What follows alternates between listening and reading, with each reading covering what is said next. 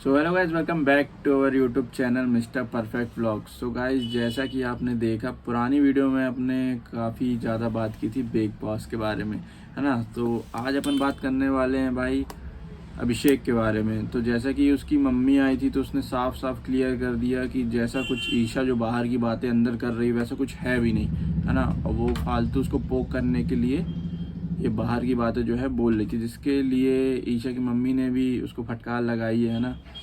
तो भाई पोकिंग इस लेवल की थी कि उसको ये कदम उठाना पड़ा। और भाई आप उसको देखो, अभिषेक के लिए उन्होंने क्या क्या बोला, मेंटल और मतलब क्या क्या चीज़ें बोली गाइज, जो कि सरासर गलत है ना। तो अभिषेक का सपोर्ट दिखाओ गाइज और वोट उसको ज़रूर करो। और भाई अभिषेक के लिए क्या बोलते हैं, उसकी मम्मी ने भी स्टैंड लिया और बोला जो भी है सही है और बहुत अच्छा खेल रहा है, उनको प्राउड है भाई, सबको प्राउड है। जैसे कि अपन ऑडियंस तो अपन को भी प्राउड है।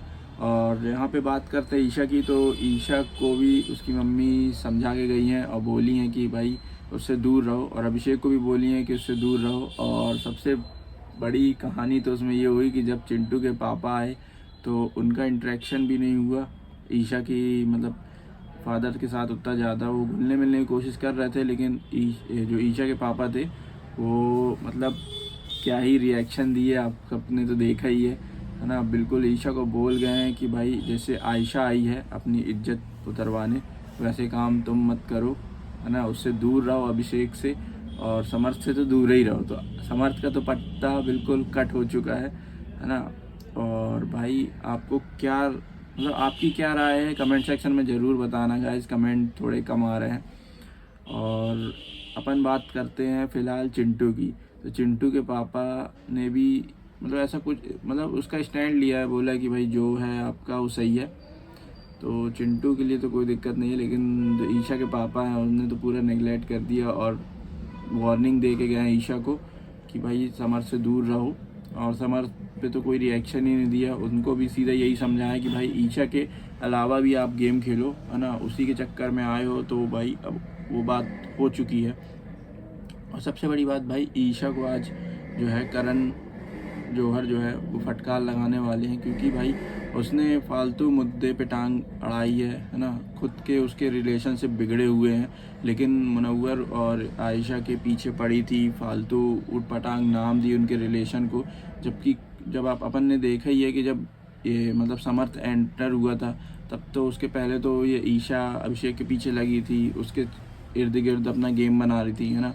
जैसे समर्थ आया तो फिर समर्थ को तो भूल ही गई, वो जानती नहीं थी, पूछ रही थी क्या बता के आया है, क्या कैसा सीन है ना।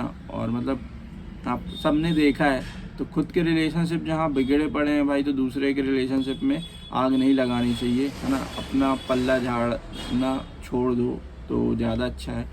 तो आज उसको तरीके से सुनाई देगा और समझ में आ जाए तो अच्छी बात है। और मतलब कुछ बोल नहीं सकते उसको, आज देखते हैं अपन बिग बॉस में क्या होता है। तो गाइस और आगे चल के बात करें तो और बाकी जितने सबके पेरेंट्स आए तो सबका रिएक्शन ऐसे ही नॉर्मल था कि सही कर रहे हो, अच्छा खेल रहे हो, है ना। और आयशा के भी भाई जो आए थे उनने भी बोला कि हो गया, जो पुरानी बात थी उसको भूल जाते हैं। तो मुनव्वर से ज़्यादा कुछ ऐसा क्लैश देखने को नहीं मिला। और मुनव्वर की जो बहन थी उसने भी सीधा बोल दिया कि भाई जो होना था वो हो गया, है ना। अब आगे आप फोकस करो, है ना। आयशा को जो करना था उसने कर लिया।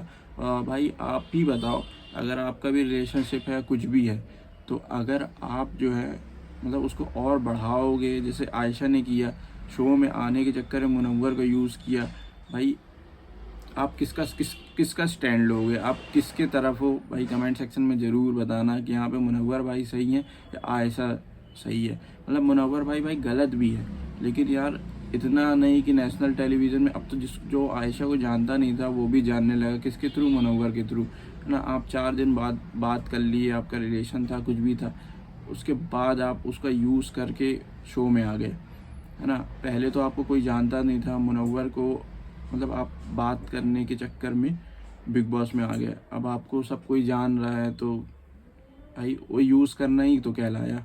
सो आप अपनी राय ज़रूर दें कमेंट सेक्शन में, और देखते रहिए बिग बॉस और अपना ब्लॉग चैनल तो गाइस सबसे बड़ी बात ये चल रही है कि व्लॉग बन नहीं पा रहे हैं क्योंकि भाई बिजनेस चल रहा है। तो कोशिश करता हूँ नेक्स्ट टाइम भाई ब्लॉग आए। तो तब तक के लिए गाइस लाइक करें, शेयर करें, सब्सक्राइब करें।